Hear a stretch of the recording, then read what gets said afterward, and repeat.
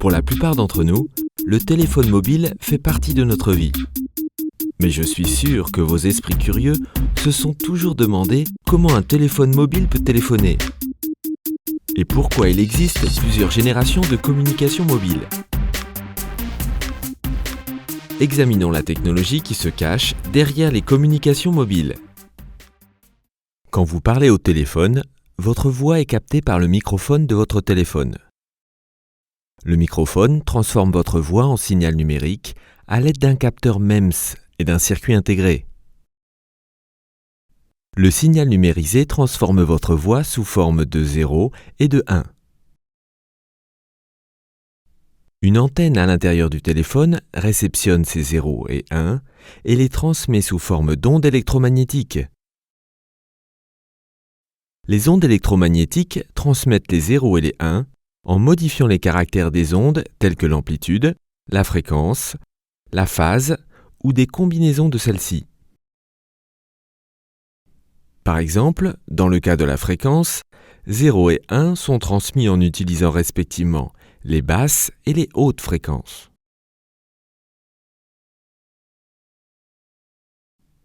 Ainsi, si vous pouviez trouver un moyen de transmettre ces ondes électromagnétiques au téléphone de votre ami, vous pourriez établir un appel, mais les ondes électromagnétiques ne sont toutefois pas capables de parcourir de longues distances.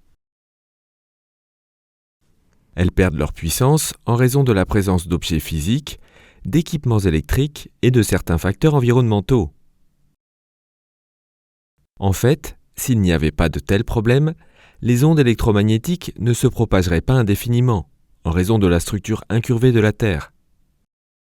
Pour surmonter ces problèmes, des antennes relais ont été introduites en utilisant le concept de technologie cellulaire. Dans la technologie cellulaire, une zone géographique est divisée en cellules hexagonales, chaque cellule ayant sa propre antenne et son créneau de fréquence. Généralement, ces antennes sont connectées par des câbles, ou plus précisément des fibres optiques. Ces fibres optiques sont posées sous terre ou dans les océans, pour assurer une connectivité nationale ou internationale. Les ondes électromagnétiques produites par votre téléphone sont captées par l'antenne de votre cellule et converties en impulsions lumineuses à haute fréquence. Ces impulsions lumineuses sont transportées vers le boîtier émetteur-récepteur de la base, situé au pied de l'antenne, pour y être traitées par la suite. Après le traitement, votre signal vocal est acheminé vers l'antenne de destination. Dès réception des impulsions, l'antenne de destination les rayonne vers l'extérieur, sous forme d'ondes électromagnétiques, et le téléphone de votre ami reçoit alors le signal. Ce signal subit un processus inverse et votre ami entend votre voix. C'est donc vrai que les communications mobiles ne sont pas entièrement sans fil. Elles utilisent aussi un support câblé. C'est ainsi que s'effectuent les communications mobiles. Mais il y a un gros problème que nous avons intentionnellement laissé sans réponse. La communication mobile ne réussit que lorsque votre antenne transmet le signal à l'antenne de votre ami. Mais comment votre antenne sait-elle dans quelle zone se trouve l'antenne de votre ami ? Eh bien, pour ce processus, l'antenne relais est assistée par ce que l'on appelle un centre de commutation mobile. Le MSC est le point central d'un groupe d'antennes relais. Avant d'aller plus loin, commençons par expliquer plus en détail ce qu'est le MSC. Lorsque vous achetez une carte SIM, toutes les informations relatives à l'abonnement sont enregistrées dans un MSC spécifique. Ce MSC sera votre Home MSC ou MSC de rattachement. Le MSC de rattachement stocke les informations telles que les forfaits, votre emplacement actuel et l'état de votre activité. Si vous vous déplacez en dehors de la portée de votre MSC de rattachement, le nouveau MSC, qui vous sert à la place, est connu sous le nom de Foreign MSC ou MSC étranger. Lorsque vous entrez dans une zone de MSC étranger, celle-ci communique avec votre MSC de rattachement. Bref, le MSC de votre rattachement, c'est toujours dans quelle zone MSC vous vous trouvez. Pour comprendre dans quelle cellule se trouve un abonné, le MSC utilise quelques techniques. L'un des moyens consiste à mettre à jour la localisation de l'abonné après une certaine période. Lorsque le téléphone traverse un nombre prédéfini d'antennes, la mise à jour de l'emplacement est à nouveau effectuée. La dernière est quand le téléphone est allumé. Essayons de comprendre toutes ces procédures à l'aide d'un exemple. Supposons qu'Emma veuille appeler John. Lorsqu'Emma compose le numéro de John, la demande d'appel arrive au MSC de rattachement d'Emma. Sur réception du numéro de John, la demande sera transmise au MSC de rattachement de John. Maintenant, le MSC de John vérifie si le MSC de ce dernier est celui utilisé. Si John se trouve dans son MSC de rattachement, la demande d'appel sera immédiatement envoyée à son emplacement cellulaire actuel et il vérifiera si John est déjà en communication ou si son mobile est éteint. Si tout est positif, le téléphone de John sonne et l'appel sera connecté. Cependant, si John n'est pas dans son MSC de rattachement, le MSC du domicile de John renvoie simplement la demande d'appel au MSC étranger.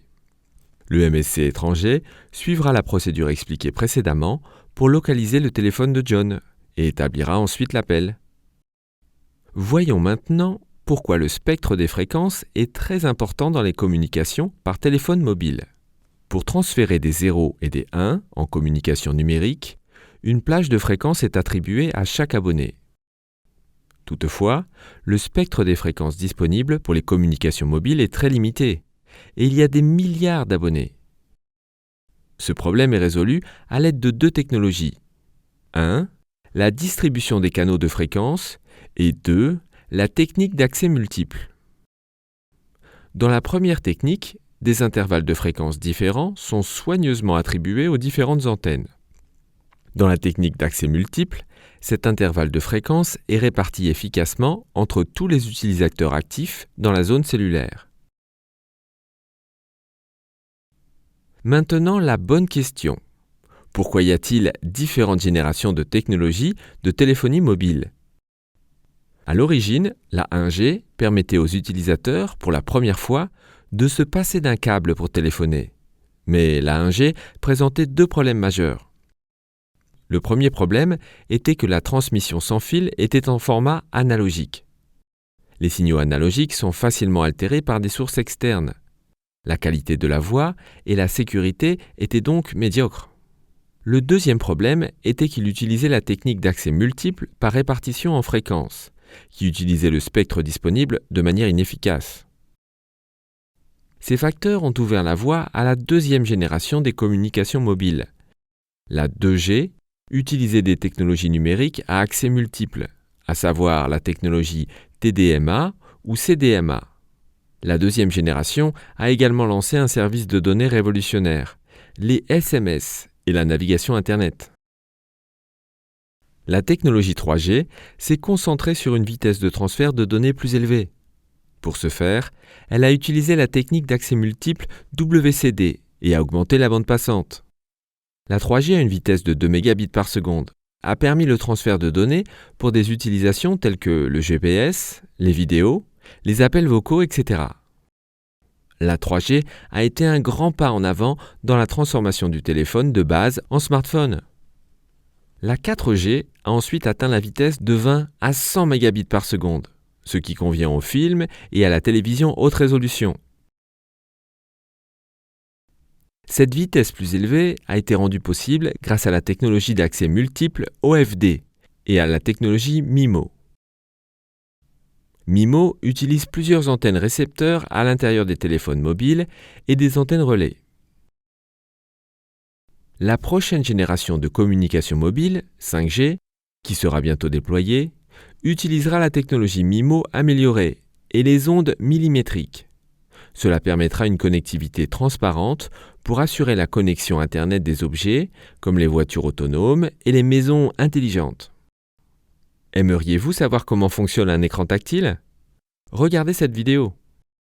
N'oubliez pas de vous abonner à Learn Engineering et votre soutien sur patreon.com est inestimable. Je vous remercie.